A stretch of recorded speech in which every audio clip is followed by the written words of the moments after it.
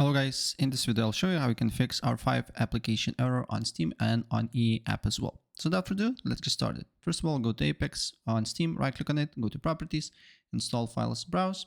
Then you need to look for a view option, then show, and make sure file name extension is selected. Then scroll down until you see r5apex.exe, right click on it, show more options, properties. Then you need to go to compatibility.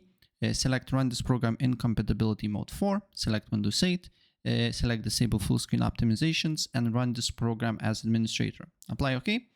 Then you need to go to easy anti-cheat and then you should see easy anti-cheat setup and click on it. If you get this window pop up and then just closes, you're good to go.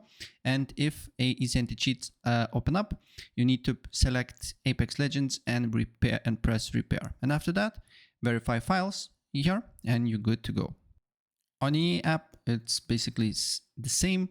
All you need to do here is to find a Apex, then view properties, open folder, then do the same as I told you here, and then verify files. Press on three dots and then press repair.